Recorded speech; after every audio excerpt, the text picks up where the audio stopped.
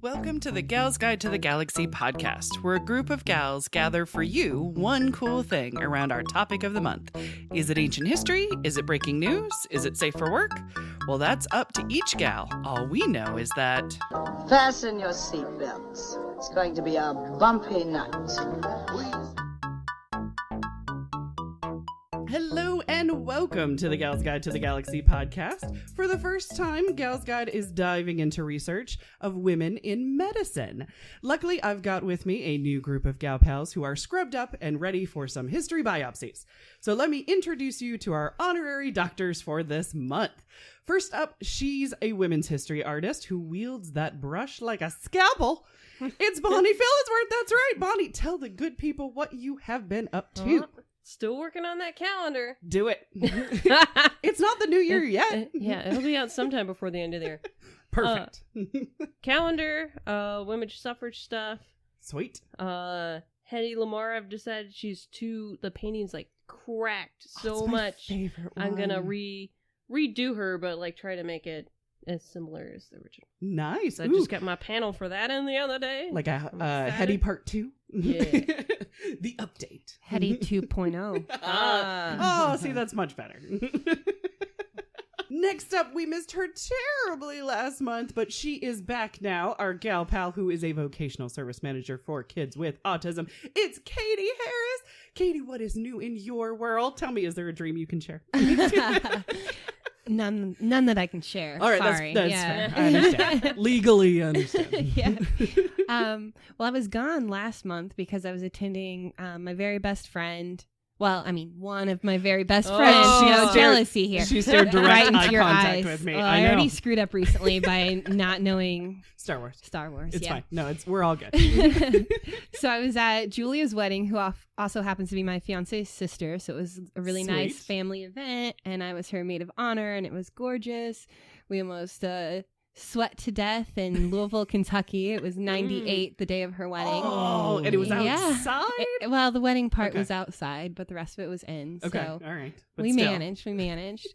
So, and then actually yesterday I did something that really relates to our topic this month. Oh. Something I know you've done, Leah. Yes. I went to the Indiana Medical History Museum. I love that place. I went there for my birthday with Bonnie, actually. Yes. Yeah. Oh, it's and then you guys weird. took Cammie, both girls, right? Yeah. Sammy. Yeah. Sam was freaked out. Cammie loved it. Right. Did you guys get to see the head? Yes. The cut in half head? The brain, basically? Yeah, like the one that's the full face and head. Oh, I don't think so. Apparently I don't think we looked at I'm going that. to put this out here in the podcasting world. So if you go visit, you can ask to see the heads that are cut in half, but they don't display them because they are a little gross. Right. I loved it. My friend I went with was like, we need a little bit of a pause before lunch. I was like, nah, I'm good. Bring it. But yeah, literally it's encased and it's just directly cleaved in half. Two sides is a different person. One side of each their head, everything intact. Perfect. Oh my goodness. Cool. Interesting. It was so cool. So yeah, I highly recommend going and seeing the Indiana Medical History Museum. Yeah, it's really well good. worth it. Yeah. Sweet. Oh my goodness. Well, next up is a regular back when we had in-person meetings, which was forever ago. She works in the medical industry. She is also an up-and-coming watercolorist. I absolutely love seeing her new watercolors. It is Kira Wagoner. Kira, welcome to the show, and tell the good people a little bit more about yourself. Well, I am... Probably the first thing that comes up is that I am the stepmom to 2 teenage boys. I'm very sorry.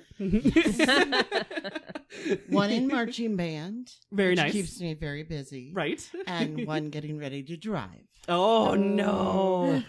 Which frightens me. Oh, how much Prozac do you have? I would need all of it. Yes. So kudos. Yes. Yeah, thank you. And I do. I work for a lab, but I'm on the end where we're trying to make sure that the right diagnosis gets to the right doctor for the right patient. Ah, gotcha. There you go. Seems Very pretty nice. critical. That would be important. But I'm not dealing with any body parts. Right. I just have to go in every once in a while and look at things or talk to people. And nice. when I first started, it was when I used to work for the Path Lab. I was very glad when I started having to look at parts, Right. what you were talking about with the brain, that I was a vegetarian. That helps, I'll bet. Yes, it does. And it encourages it. Yes, that too. Because you start to learn that any muscle is basically meat. Right. Mm-hmm. Correct. Yeah. Yes, but my true love is creating new things. And Yay! that's the watercolors that I started a couple months ago. Nice. I've also done acrylic work. Mhm. Chainmail is what most people know me Yes. for. Oh, gorgeous chainmail that you do. Yes. And I can't think of all the others. Amaguri? Yeah, the crocheted Gotcha. creatures. Oh, nice. So- You cross stitched with us Oh, back yeah, in the day when we were cross-stitching. when I we were mean, all cross bitching. basically let me create something Right. as long as I can make it within a set amount of time. Right. Exactly. And I'm happy. See? Keep creative. I love it. Sweet. Well, as for me, I am Dr. Leah Leach. I am the executive director of Girls Guide to the Galaxy. I have an honorary doctorate in metaphysics, so I'm not a real doctor, and that really doesn't mean anything. But I love it because it's cool. So I do love it when we have a new research theme because it pushes us to research and discover women's history in a new field. So it's really cool being in medicine for the first time. So I've been slightly catching up, though, on the couple thousands of years of women in medicine. Do you guys want a quick refresher of what I found? Yeah. Sure. We'll see how quick this is. No, it's relatively quick. Okay. So until they called it medicine, women were in charge. Mm-hmm. Yeah, right. Makes sense. So they were either herbalist or nurses, or they were without a title, but they were the ones who were taking care of the sick. But once it was called medicine and there was this little piece of paper involved, suddenly women were sidelined and the men were in charge.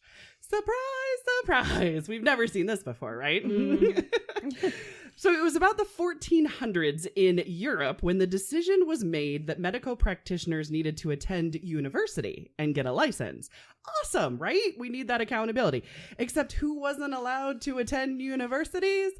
Women! Yay, that's awesome. Okay, and then when women could attend the universities, guess who couldn't get a license? Women! Yeah, double whammy. That's awesome. So there are a few parts of the world beyond Europe and America who actually thought women were people a little earlier than we did. So kudos to them. Cases of women doctors in like towns and villages, and some were even allowed to go to school for it. Oh my goodness gracious. How did they sneak through? However, many women in the medical field for hundreds of years have been nurses or nuns. And nuns provided a good deal of medical care in the Middle Ages. If anybody has watched Call the Midwife, which I'm still like, I think I'm deep in season 5 and there's like 10 seasons of this show. Goodness. Oh, it's amazing. It's nuns during World War II that are delivering babies. So yes, and then some non-nuns, but they're midwives and they're working with the nuns. It's a really great show. Anyway, but that's World War II. We're still talking about nuns and midwives delivering babies. Who knew? So midwifery was a large portion of working women in medicine until the Chamberlain brothers developed forceps in the 1600s. Oh, the word forceps. Oh, Bonnie's face. It cringes Bonnie's face. It just is terrible. That's right. So, ladies, once there was a tool involved, suddenly men were in charge. Yay! They actually said the men were more scientific than their female competitors because they had a tool. And they called them competitors. Like, what? Anyway, so there was propaganda campaign to debunk any old wives' tales or any old nurses' tales, basically any folk medicine. And I mean, yay, progress on taking out, things that aren't scientifically proven. Hooray, yay. But you didn't have to kick the women out. I mean, they've been doing this since the beginning of time, especially with childbirth. So what else? Does anybody have a guess on what got women more into the medical field? Dun, dun, dun, dun, dun. World War II? War. Any kind of war. Yeah, basically. Because all the men were dead, basically, if you think of it that way. So once the men were dead and dying on battlefields, suddenly women were asked to help. So what you're saying we need to do is... Oh, you are quick to put 1 + 1 together. And yes. No, I'm just kidding. But like Florence Nightingale, right, was very, very famous. Mary Seacole also became very famous at the same time for the Crimean War. Claire Barton actually had no medical history experience whatsoever. She rushed to the front lines during the Civil War and soon became the woman in charge. Yeah. And then she started this little thing called the Red Cross. Because women are the nurturers. Correct. Yes, I know. But we don't have that piece of paper and we can't go to school. At this time, anyway. So women were starting to be respected as nurses, but to become a doctor was a very hard-fought battle. The first American woman to become a doctor was, Bonnie knows this. Is it Mary Edwards Walker? No, it's the other one. Elizabeth Blackwell. They're all like related. I need to map out that family tree. Do. Well, Elizabeth Blackwell got into medical school only because the university thought her application was a joke. And they said yes. And then she showed up. And she said, I'm taking classes, so screw y'all. But then when she tried to actually join hospitals as a doctor with her glorious piece of paper, they said no. So she said, screw y'all, once again. I believe these were her exact words. And she started her own hospital. So she started the New York Infirmary of Women and Children. And actually, that hospital still exists today. It's just under a different name, still in New York City. So yeah. When you went to the Indiana Medical History Museum, did you see that they had a female doctor? They did. Yeah, I would say it was probably the late 1800s, early 1900s. But right. It still was pretty early on for women in medical. There's this portrait of all the doctors sitting around and only one woman in it, but she was the doctor of the women's ward. Right. Yeah. You know what? I'll take it. Right? She was in charge. I loved it. So on the onslaught of World War I and World War II, there was a stronger need for doctors this time. Again, same thing. Most of the men were dead. So they needed more doctors. And that's when women were finally encouraged to enter the profession. So ironically, for a job that was left to women for thousands of years, only to be taken away from us, to then have it be all encouraged again. But let's learn more about amazing women in medicine and about the medical field in general as well. I don't know about you, but I am ready for some good medicine. You guys ready? Sweet. So who wants to go first? I'll go first. Sweet. Go for it, buddy. Mine's kind of medical adjacent. That works. It would be something that you would learn about in health class, so I'm going to count it. I went to Rockford High School. Let's see if I learned about this in health class. Oh, probably not. Because I know I didn't. Exactly. I'm going to talk about Code Red. Yes. The Crimson Tide. Yes. Shark Week. The Visit from Your Aunt Flo. Flo Rida. Flo Rida. Wait, that's different. I'm going to talk about menstrual cups. Yes! Because I love talking about my menstrual cup any chance I get. Yes, you do. People bring it, I will hear it from miles away, and I will come over and join your conversation and talk about my menstrual cup. Exactly. It is like a ding, ding, ding. Bonnie's on her way. Yes. Looked up some menstruation facts. Sweet. On average, a woman has 450 periods in her lifetime. That's a lot. Which equals to about 7 years of your life menstruating. Oh. Oh, wow. It's a lot. I can't unfeel that, Bonnie. It's a lot. 7 years? 7 years. Wow. You know when they talk about 7 years of bad luck, now I know where they all kind of like... The average woman uses about 12,000 to 15,000 tampons in her lifetime. Makes sense. And though it seems like an ocean coming out of you, you only lose about a shot glass worth of lining on your period. Right. That's what they like, say. It seems like it's... I don't believe that. Correct. Especially if you've had fibroids. Yes. The fibroids, it's like, oh, no. I've experienced periods. This is biblical. I mean, it's the worst. Yeah. And it's ongoing. So it's like a shot glass every day. Maybe even more. Before her mission in 1983, NASA engineers like Sally Ride, they asked her for her week in space if 100 tampons would be enough. Her response was, no, that's not the right number. Sweet. Keep them guessing. guessing. The first concept for a menstrual cup was in 1837. Whoa. They didn't actually have it. They Yeah. just drew it out on paper. But the idea was there. It was like a belt contraption. Okay. Where like some things were dangling in between your legs, and there was a cup that was like floating outside your body. So I'm basically paying like, what is it? Beer pong. So it's like, as long as you don't move, Right. it would probably work. No sitting. No. Yeah. Or you have to sit all the You just time. Right. stand You just go, still. "Oh, maybe standing's best." And are you wearing like 7-8 layers of clothing at the same time? Wow. No, that's a great idea. I don't know why I didn't catch on. And you put a little bell on there. And And that was the 1930s? that was 1837. 1830s. Yeah. Uh-huh. Really bad. Yeah. Wow. Right? But the first one that actually got made Yes. is in 1937 Oh, 100 by years a later. woman this time. Thank you. Leona W. Chalmers? I'm going to go with yes. I'm going to guess with it. It's the first usable cup. It was made out of rubber. Uh-huh. So it hit a speed bump during World War II. Yeah. They're saving all that rubber for the war. Oh. So it didn't get off the ground right away. Gotcha. Because of the material. She sold the rights to Tasset in the 1950s, Okay. and they were trying to get it to go.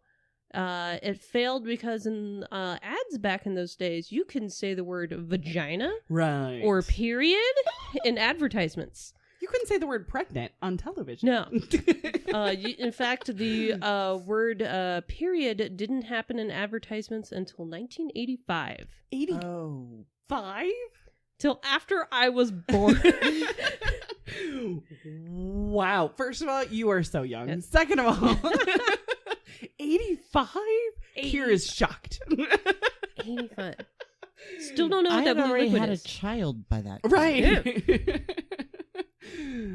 That is crazy. Yeah, because that's a terrifying word. I will say I'm still a little freaked out when they showed on the commercial the menstrual pads and it's purple. Yeah, it was like this mysterious Yeah. blue liquid. Right, exactly. And then I'm like, that doesn't seem to happen when I use it. I'm like, am I doing it wrong? Yeah, and then like whenever they are like shaving for razors, Right. it's always smooth legs. I It's know. you never see his hairy leg. Exactly. That'd be so satisfying, though, to watch. An advertisement where you actually see the hair going, okay. Instead of the Done. pre-shave Right, before the right. shave. Yes, this is true. We need a movement. Yes. Absolutely. But the deal with tampons, I Yeah. mean, first you got, the pink tax on tampons and pads and all that. Yes. So a lot of them tax them instead of, like food. Most places don't tax Right. you for food. It's considered a non-necessary items. Mm-hmm. Right. Right. And women Yeah. in like prison have trouble getting sanitary pads and napkins. Which is crazy. Yeah. Yeah. I do remember reading that. And there's a large amount of organizations that will take donations just to get them into women's prisons because it's like this should be an absolute no-brainer of, are you also providing toilet paper? It's like, I just bleed all over the place. I know, If right? that were the issue. I'm like, fine. Yeah. It's a very easy strike to have. I'm just saying, you get a Yeah. whole bunch of gals together and be like, here's what we're doing, okay? This will end in 1 month. Probably it would only right. hurt themselves. I'm sure they're the people cleaning their own laundry. Ah, aren't maybe. they? True. I mean, maybe I'm basing this on Orange is the New Black, but I'm right. assuming they do their own laundry and have to do their own cleaning of their environment. So Maybe. I don't know. Dun, dun, dun. Yeah, They true. might not care. You got to But smear some your people blood get- on. Wait, no, that's assault with a bodily. Okay, never mind. That would be get- more Let's time. rethink that But one. people get so wigged out Right. by menstrual blood. Yeah. So it's like, fine. Right, exactly. Then you Here don't it get is. to, yeah, it's going to be everywhere. Because I always have to bring up some kind of meme that I've seen somewhere on the internet. Right, There that was makes it real. one a few weeks back about how men are loving like the video games. There's blood, gore, and you Right. murder things, but periods. Oh! That freaks him out. That's the line. It's like in Game of Thrones with the redhead lady. I don't watch Game of Thrones. What is I her never name? watched it. Melisandre? Katie's No. your girl on this. It's Jon Snow's Sister. not the sister. John. His his wildling. yeah. Wildling. She's confused about why women would faint at the sight of blood, and she says something like women see more blood than men. Correct. Yes. Yeah. Great. Tampons and pads don't have to label what is in them. That I've recently learned and has freaked. Yeah. I mean, we there's, all like, just chlorine assume in 'em and it's stuff. just cotton. Right. But it's not. It's like synthetic fiber because they want it to be super max absorbency, whatever. Sure. Yeah, they don't have to label what's in them, so you don't know what you're putting in your body Right. or having next to your body. And I mean, cotton isn't naturally like bleach white either, so there's at least bleach Right. in there. Exactly. But still, learning that, they're like chlorine free, and I'm like, I'm sorry. That means what? Yeah. Because hold on a second. But yeah, no, I understand they need to bleach the cotton to get it Because it has to be white. Like, it doesn't have to be white. It doesn't have to. And then they're not, you know how like when you open up a Band-Aid and it says it's a sterile package? Right. There's none of that on there. That's true. Oh, that's right. Like, so they're just like, you know, just straight from the factory, like,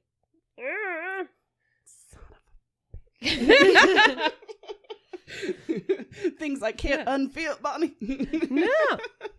But no, you do whatever works Right, for you. exactly. I'm Well, just here to promote the menstrual cups. This is true. When you know better, you do better. Yes. There we go. So now Because I'm menstrual cups getting don't the work for knowledge. everyone either.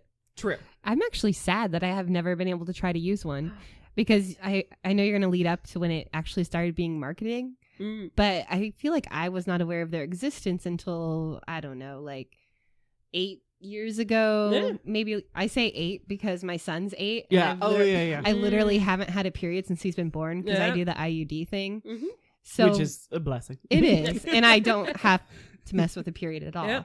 But if I did, I'd be all in for trying the cup. And I'm Yeah. a little sad. I haven't ever gotten to try the cup, but you know, I'm not really just gearing up to be a recreational user. I want to have a purpose. One would think that's a good idea. Right. And I agree with you, Katie, because I had my hysterectomy before they became common. Mm-hmm. There you go. Yeah. So Yeah. Educate us, Bonnie. See? Dun, dun, dun, dun, dun. Well, there's many, many different brands. Sweet. There's different sizes and shapes. They've started to, you can buy some at the drugstore now, Yeah. which is not a thing a few years ago. When I first heard about them, they only had the disposable ones at okay. my local pharmacy, which I was kind of like, what's the point in getting a package of disposable ones? Right.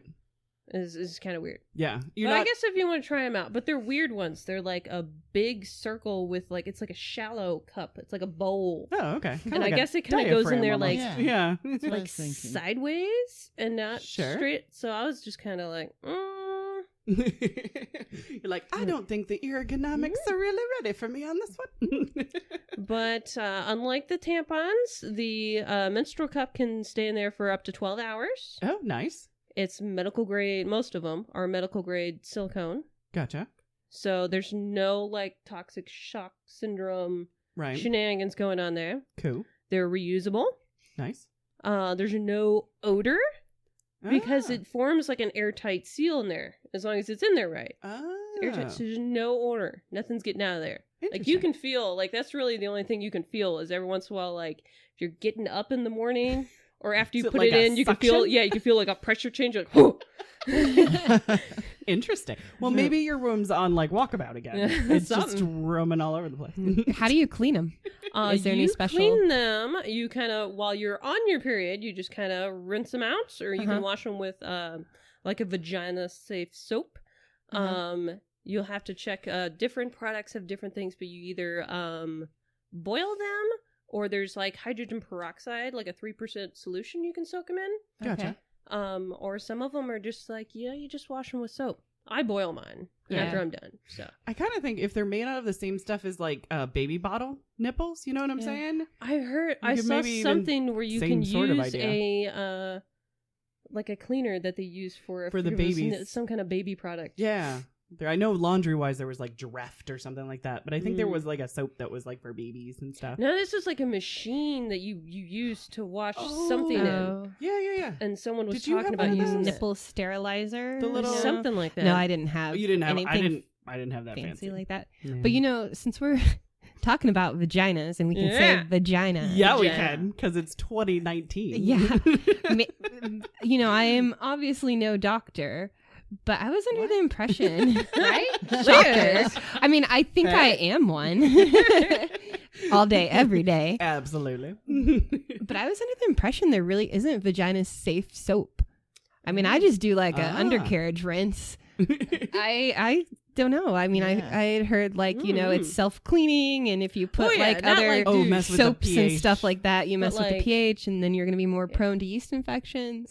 I would say just like, or I would assume the soap that you can use for like sex toys is supposed to be safe to go in there. Gotcha. I assume. Yeah. I would hope. Like Lysol grade sort of thing. Yeah. And antibacterial, perhaps. I know. Our listeners can chime in on their thoughts of soaping the vagina, but I'm just saying I don't do it. There you go. Yeah. No, we want to know. Yeah. Don't douche. I've also heard you're not supposed to put soap in the butt crack, but I can't not there. Right. I soap that up real good. I don't do the That is vagina. the thing that needs the most soap. Like right. Want to double soap you? So anyway, sorry, Bonnie. I didn't mean to insert that into your insert. Like that. You said it. Right. So they save you money. Yes. Because Menstrual Cup, it's about $40, but then it lasts you like 5 or more years. Right. So it's more money up front, but you save money in the long run. Gotcha. Companies make about $2 billion a year from period product sales. Whoa. So like the whole industry. So, I mean, it's not really that surprising that they haven't really pushed the idea of reusable. Yeah, because they want you to buy stuff. Of course, they've got stake in the game. They're better for the environment because it's not only just the waste of like the actual pads and tampons. It's like all the wrap that comes. The boxes, the wrappers, and I mean, some of them are paper, but some are plastic and right. Yeah. So do you have like I always have like a pad or a tampon in my purse. Do you have two of them? Like one the just in case of emergency one? I don't carry any of them with me. Gotcha. I still have like a box of leftover ones that I just have in my bathroom. Gotcha. Yeah. In case there's some kind of thing like I haven't cleaned my cup or something, but right. I mean, that makes sense. Yeah. Exactly.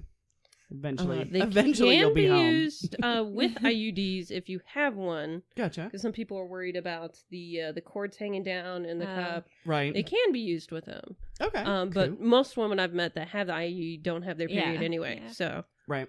They do come back. Yeah, I remember that from because I'm on my second and I remember one, at the end of the last one I was a little bit. That's how you kind of know not enough. I'd really need when you're like period products, but it's done. Enough that I was like, this is why I hate everybody this week. I suddenly understand. This is where the murder rage comes from. Yeah, and then since they're like the medical grade silicone and they don't have the toxic shock syndrome, there was like 2 or 3 cases, but they couldn't really pin it down that it was just the menstrual cup or something. They were kind of like, right. You can put it in before your period starts. Like if you know your period's supposed to start like that day or the next day, right? You can put it in there because it can just hang out. Right. Pre-gaming. Yeah. Which is something I never thought about until I was doing the little research. And I was like, I never thought of that. They didn't put that on the box. I'm going to save so many of my underwear now. Because you're gonna hashtag pregame. Yes. Let's get that trending on a Sunday and see what happens. Right? And then it's just pictures of menstrual cups pre-gaming. Yes. What could go wrong? They're gonna like hold up their cups and clink them like their beer cans. I see a whole advertising campaign. Yes. Right? They say you start menstruating the same as those around you frequently. Yeah. So, I mean, see? Beautiful. Cheers to our periods. But yeah, when you go looking for a cup, there's like a whole bunch of different brands. Okay. There are different sizes. Usually each brand has about 2 sizes, and they're supposed to be pretty much if you've had kids or you haven't. Because, you know, giving birth changes your vagina. That's what I'm told. So usually the bigger one. And it's not that much bigger. It's like 3 millimeters in diameter. Right. Which is like around and not across. So it's not really that much bigger. Yeah. And some of them have different heights. So they recommend kind of the smaller height ones if you have like a low cervix or if you're like a teenager starting out. Right. They even had one that they were suggesting for teenagers. It was like a real small one, but the pull on it was actually like a loop. So I'm like, oh, gotcha. You put your finger in there and pull it down. Exactly. I was like, sweet. I don't think I could do a loop in there. Right. Once you've had an IUD and you have the strings in there, it's like, oh, it's just a free for all. You're almost willing to do whatevs. Yeah. But most of them have a stem, and that's how you get them out. You can't lose them in your vagina, just like tampons. They're not. Your canal isn't that big. Right. When you're not like in intercourse, like it's not that big. Right. Like it's only like 4 inches deep. That is not what my teenage dates told me. But you tell the truth, Bonnie. Yeah. So Bonnie, do you know, is there a certain time after you've given birth that you cannot use them? I would say it's probably whenever the rule for when you can start having sex is what I would say. That makes sense. Yeah. The weight that the doctor They're tells like, you. don't. Yeah. Is it like? Well, just speaking from my own experience, I just kind of wanted to forget anything below the belt existed after I gave birth. It took 4 to 6 weeks. It took probably 4 weeks before I wanted to acknowledge I still had a vagina. Yeah. Right. Not to scare anybody out there. It's beautiful and it's it's fine. a wonderful thing. Yeah. But you have to kind of reacquaint yourself with your vagina afterwards. This is very true. You feel like it's betrayed you for just, for about a month. You're just like, no, I hate you and everything you stand for. Yes. Yeah, caring for your cup, you want to check for the instructions that came with it of how they suggest to clean it. But yeah, you wash or rinse in between uses while you're on your period, and you sanitize it after you're done. Most of them come with like a little cotton bag. It just cracks me up because it's like a little Crown Royal bag. I was gonna say, and I'm like, are people really? I mean, every time I've seen it advertised or whatever, they're putting it in like their sock drawer or something. Sure. And I'm like, okay. It's like a crown. I can't imagine carrying a little drawstring bag in my purse. It's weird. I mean, maybe it's for travel, when you're going abroad to Paris. I have no idea. Do not put them in the dishwasher, though. Oh, that was going to be my first plan. Dishwasher safe. Damn it. And the dishwasher soap probably is not vagina safe. Probably. All right, note to self. Yes. Yeah, I did the Lily Cup Compact is what I did. Gotcha. It's the only one I know. It's collapsible. Ah, so nice. it's a little smaller too, but it collapses in on itself, and it comes with a little plastic like quarter-size case that it fits in. Gotcha, nice. So you don't have to carry a drawstring whatever with you. So I can always have it in my purse. Or even like my teeny tiny woman pockets. When you're allowed to have pockets. Yes. So that's the one that I got. Gotcha. And it's worked great for about 3 years now. Nice. Awesome. I have seen the Diva Cup for sale in my store. And did you see the John Oliver segment about feminine products? I haven't watched it yet. You told me about that. So I can't remember which episode it was of John. I'll put it in the show notes of which one it is. But it was basically about feminine products, and his writers. He said my female staff put 3 different things in here, and I don't know which one of them is actually a thing, because one of them was like period toilet paper, the Diva Cup, and then I can't remember what the other one was because I can't remember. But he's like, one of them is not a thing, and I'm pretty sure it's the Diva Cup. And I'm like, oh no, Diva Cup's a thing. Yeah. There's a Diva Cup, Lily Cup. Yep. I have the Lily Compact, but they have a different Lily. It may just be the regular Lily Cup. I forget what they call it, the regular one. Gotcha. But no, there's a whole bunch of different sizes and shapes. Some of them are clear, some of them are pink and purple. So one was like brown, and I was like, yeah, right. I'm not sure if I want to put a brown one. It like felt this medical. Yeah, it just sounds does not sound pretty. But no, there's all different ways that you can like fold them for insertion. Gotcha. You can like kind of fold them in half, right? Because you get them pretty much rolled up like the size of a tampon. Gotcha. You can like roll them, and then just kind of let it. Bloop. Yeah. I do one where you just kind of like fold it down so it's like a triangle to get it up in there. If you're having trouble, especially if it's like your first time, you can put like sex lube on there. Oh, to gotcha. help slide it on in. There you go. That way you don't even know. And you may not get it inserted correctly like your first time using it. You gotta practice a bit, just like, when you were a teenager and learning tampons. Yep. The same kind of thing. And I found a really great website. It was called Put a Cup in It.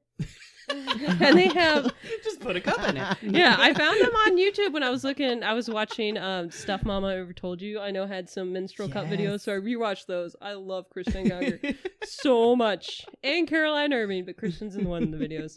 She's like talking with the menstrual cup. She's like, "Hello," making little puppets. She has one that's like different uses for menstrual cups. It's like shot glasses, and it's so great. Nice. It's where I store all my glitter. But yeah, the Put in the Cup in It website, it had all kinds of stuff on there. They had like a measuring cup, like a printable thing that you can chart out so you can like measure your cervix. Oh, wow. All right. So you can tell like which size of cup to get. They have reviews of like a whole bunch of the different types of cups. Gotcha. They care for them. They got, a whole bunch of list of FAQs on there. Yeah. Like some are like, normal questions. Some of them I'm like, what? Like one person asked, like there's always that one person. There is. Someone was but it makes asking life interesting. if you could leave the cup in during sex. And I'm like, why? Why? What? No. What? Like they were pretty much like technically you can, but why would you want to? But just no. Yeah. Sweet. But you know what? I'm glad that they asked. Yeah. Because there's always somebody. There is.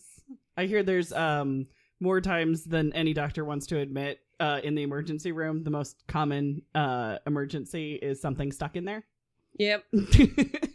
Nurses pulling stuff out of there all day long. Did you see the cabinet at the medical museum of all the stuff that they have pulled out of people? Yes. No, I didn't. Oh, it was a scary. I was wondering how many. Most of them were like screws and nails in the drawer pennies. that I saw. Yeah, but I'm sitting there wondering, like, where's the drawer for the stuff that was in people's butts? Right. Like, where's the bigger so stuff? many, right?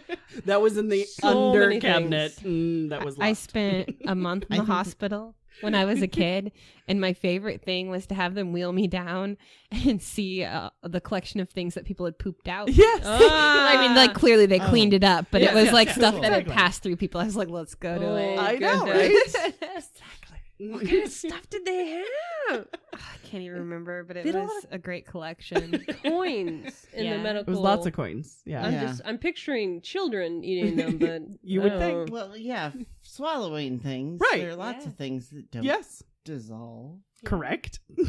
That stay within the And body. there are things that go the other direction. Yes. Why not? Oh, wait. Yeah. There's a really good one with Chris Hardwick on one of his stand-ups. He was talking. He's praising nurses, and I think Right. he said his mom was a nurse, and he's talking about they don't give a crap anymore because they've seen so many things. Right. And they were like, nurses in the audience, it's the weirdest thing you pulled out of someone's butt, and just someone just immediately was like, light bulb.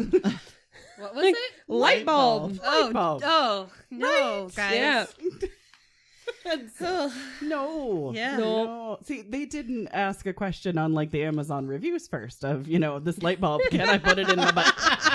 If you don't ask the question and have Okay. your, peers help you, how do you know? Right? When you know better, you do better. But do they sell hamsters on the Amazon website? I don't know. Oh, goodness. But I'm sure every single pet store is like, I got a couple of No. questions first. Yes. No, one of my favorite shows that they had on the Learning Channel Oh. was The Sex That Made to the ER. It was great. Perfect. My favorite one was this guy, his wife was out of town or something, and Yeah. he decided to get a hooker. And what had happened is he refused to pay her. Oh. So she threw him out the window. Oh. She was, I guess he liked for the bigger her, lady, right? and she Yes. just threw him out because he came to the ER, and they were like, okay, well, we need to undress him to check out his wounds, and they're like, he's Right. already naked. Right. He came to the ER naked, He was thrown out of a window. and he by was a hooker. telling them, because they never want to tell the ER people what happened. Of course. That's like half the thing, is trying to get the patient to admit what happened. Right. I can see that. But he came in naked, and he was telling them that he was cleaning the house naked. And when his wife showed up, She was like, what happened? She's like, we've been married, I don't know how many years, and you have not cleaned once. What happened? Right, exactly. So now the real story is... Yes. Hamsters. True. Yeah. I love it. But that's my menstrual cup spiel. Sweet. Yes. Love it. I absolutely love it. I don't know why I keep thinking about it because like you have sold me on it, but then there's a part of me that's like, yeah, but I still have a whole bunch of like pads and tampons in the house.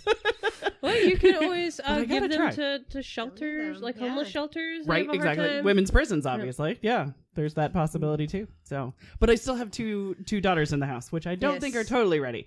But at the same time, I feel it's a very good situation of if you can see it, you can be it. And I ain't showing my girls, but the idea that it's, you know what I mean, that this become works. a glowing advocate of Right. the menstrual cup. Right. You might Yeah. feel comfortable with To that idea. spread to the options. exactly. Yeah. Yes, it's always good to have another option. And I think one of the things we were even looking at was once we saw the chloride free, chlorine free, something else. It didn't say acid free, but I felt like it said acid free. Could have said And I was acid-free. like, oh my gosh, what is in this stuff? And then so we're like, you know what? We should really start looking at the cups. And I always say, because your bonbon is telling you that it's a good idea. Right? I mean, I think my motivating factor would just being saying "fuck you" to the man. Yeah, right. You're not getting my money for your overly expensive chemical cottony, white Exactly. cottony. Yeah, those It's things. very much a reduce, Yeah. reuse, recycle, you know, and in the same point too. So yeah, you are very much convincing me, girl. Well, that wraps it up for us this week. Join us next week as our next gal pal shares her one cool thing as Gal's Guide to the Galaxy podcast continues. Thanks for listening. For show notes, links, and images from this week's show, visit galsguide.org. Want exclusive stuff like deleted bits and major bloopers? Become a Gal's Guide patron today. Thanks for listening.